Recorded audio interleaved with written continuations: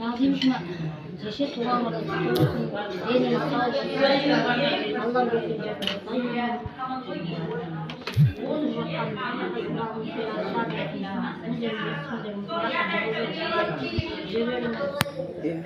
Erdoğan siz yüzünüz artabilirsiniz. Saklıkta gözükür. Kutlamasın tuğla var. Ha. Şimdi kısta olsanız olur.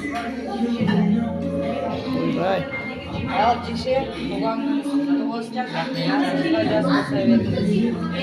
Uzun.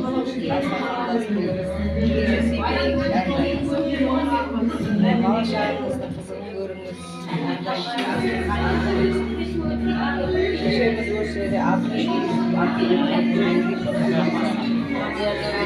kişilerin hemşirelerimizin abimizler sıyılıp sizge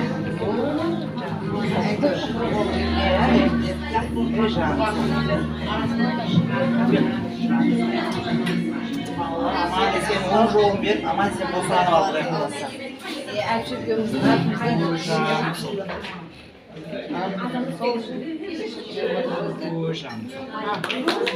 Yine ben de bay. Ah. Olsun, yemin sağ olsun. Orada boyuna kültürü cadırap.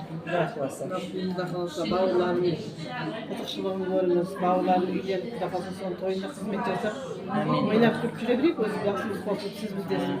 Yerimiz sağ olsun. Aman bulayık. Buraya kalırsa. Hadi.